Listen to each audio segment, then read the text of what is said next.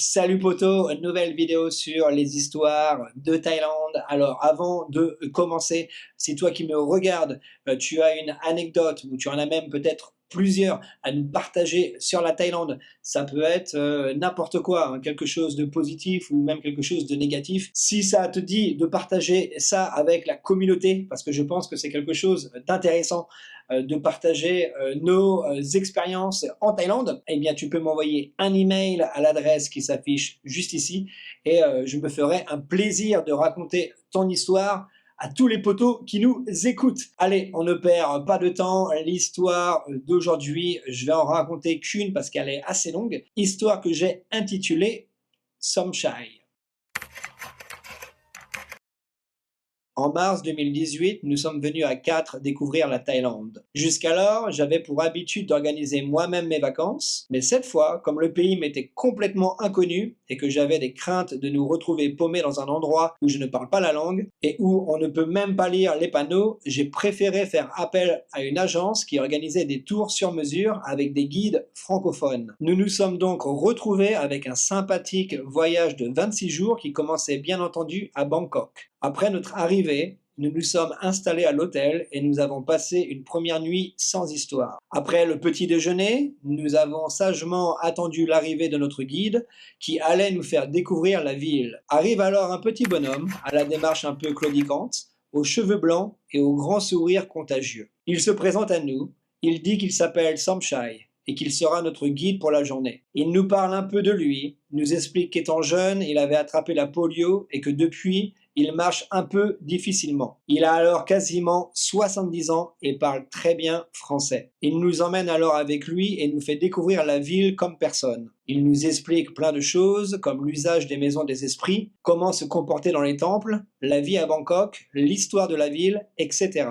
Il était vraiment incollable sur tous les sujets et connaissait par cœur l'histoire de la Thaïlande. Nous avons visité pas mal d'endroits et appris des tonnes de trucs avec lui. Au moment de se quitter, nous étions tellement contents que nous avons décidé de lui laisser un bon pourboire.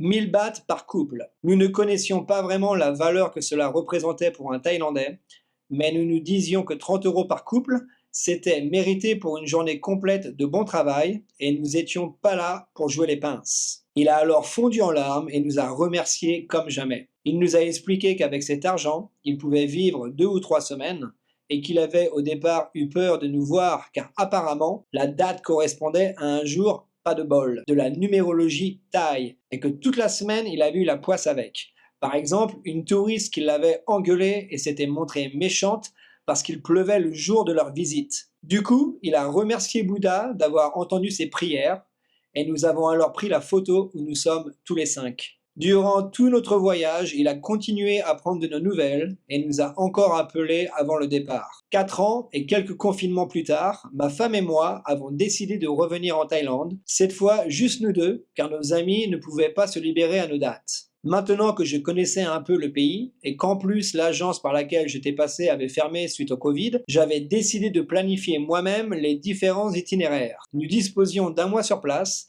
et comptions bien en profiter. J'ai alors repensé à Somchai et je me suis dit que ce serait super de le retrouver, mais voilà, comment faire vu que je n'avais rien d'autre que son prénom et une photo. J'ai alors lancé un appel sur les réseaux sociaux, en particulier sur un groupe Facebook de guides francophones à Bangkok.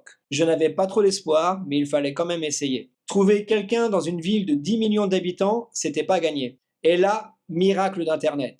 Quelqu'un du groupe l'a reconnu et m'a donné son email pour que je puisse le recontacter. Je lui ai donc écrit pour lui demander comment il allait et s'il était toujours en activité. Eh bien, figure-toi qu'il se souvenait encore de nous 4 ans après, et il nous a raconté un peu ce qui lui était arrivé depuis. Avec le Covid, il a perdu son travail et n'avait plus aucun revenu. Il a dû vendre beaucoup de choses lui appartenant pour pouvoir continuer à vivre avec sa femme et sa belle-mère malade. Il avait vraiment beaucoup galéré. J'avais prévu de passer une semaine complète à Bangkok, et je lui ai demandé s'il serait partant pour nous servir de guide durant 3 jours. Il a accepté, et nous nous sommes donné rendez-vous à notre hôtel. Nous ne savions pas encore ce qui nous attendait exactement. Nous lui avons laissé tout planifier lui-même. Le jour venu, il est arrivé sur le parking en moto, et ce n'était pas une petite bécane ordinaire. mais une superbe sidecar qu'il avait lui-même customisée. C'était incroyable de voir un tel engin, qui est vraiment unique à Bangkok. Nous avons donc eu droit à un service 5 étoiles, car il nous emmenait partout à bord de la belle vie, et il n'avait pas son égal pour se jouer des embouteillages et autres joies de la circulation. Nous nous sommes vraiment régalés à visiter la ville de long en large avec une bien meilleure autonomie que celle permise par le combo BTS MRT. Durant notre semaine dans la capitale, il venait donc un jour sur deux nous faire visiter plein d'endroits, tout en nous faisant découvrir des plats et l'histoire du pays. Ce que nous ne savions pas au début, c'est qu'en fait, il habitait bien en dehors de la ville, à la frontière de Samut Sakhon, pour situer un peu. Du coup, il avait quasiment 2 heures de route rien que pour venir nous rejoindre, et pourtant, il ne s'est jamais plaint de cela. Durant tout le séjour, nous sommes restés en contact, et il a même fait le chemin encore une fois pour venir nous voir avant notre départ, nous offrant en prime 1 kilo de saucisses vietnamiennes et une statuette de Bouddha qui était dans sa famille depuis des dizaines d'années. Après cela, il a pensé que, comme nous avions beaucoup aimé le concept de la visite guidée à bord du sidecar,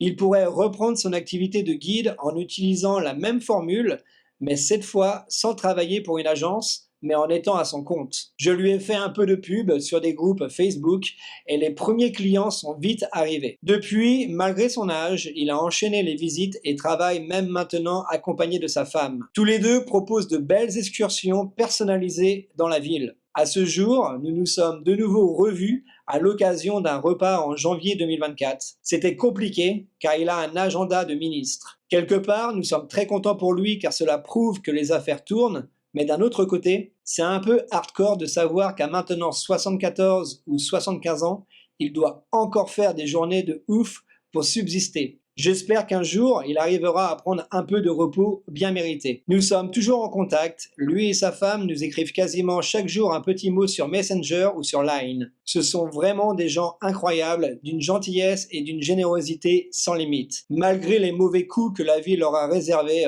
ils sont encore souriants et contents de partager leur quotidien avec nous et de nous faire découvrir leur pays et leur culture. Et voilà pour l'histoire. Cette histoire est agréable, ça fait du bien à la Thaïlande et je suis super heureux de l'avoir partagée avec toi. Alors je remercie les auteurs de cette histoire qui s'appellent Rolf et Mira. Merci d'avoir partagé cette belle histoire de Thaïlande qui est la vôtre et merci surtout de nous avoir présenté Somchai qui a l'air d'être une perle.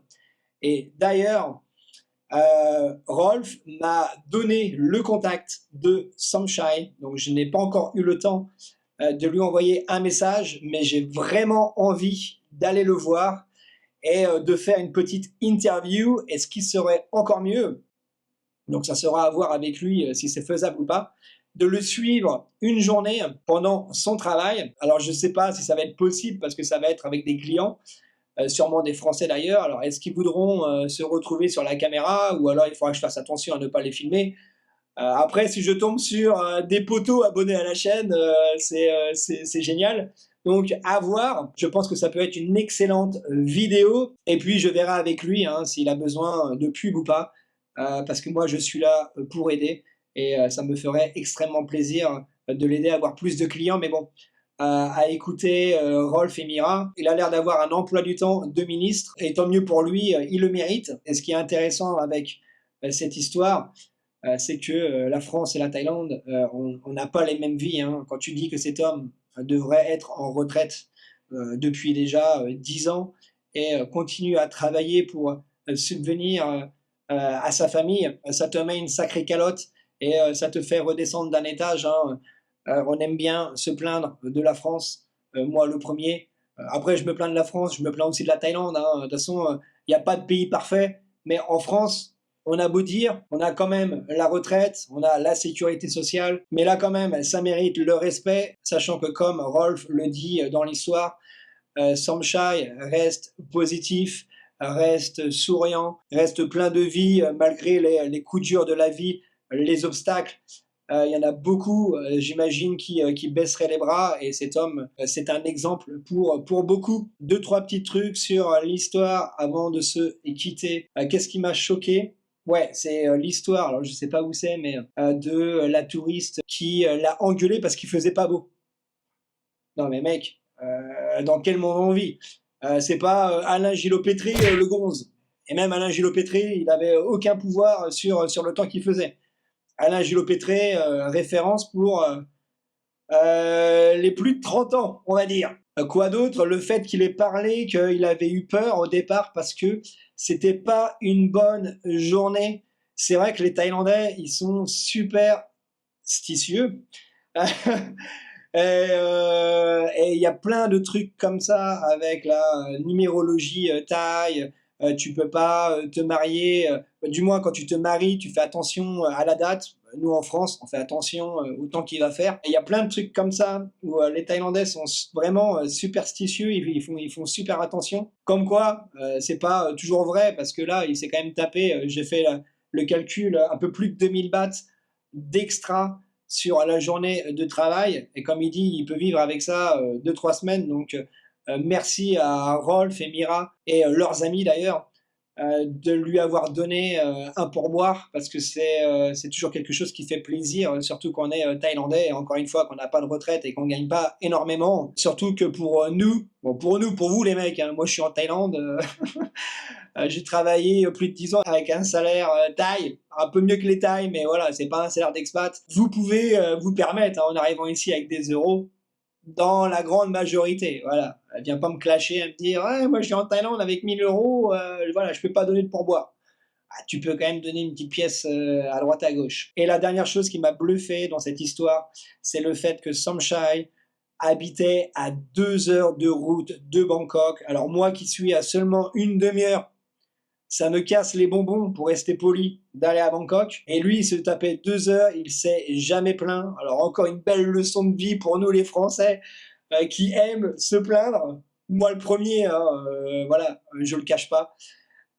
Et qui est venu le dernier jour à l'aéroport pour dire au revoir. Je trouve ça fabuleux.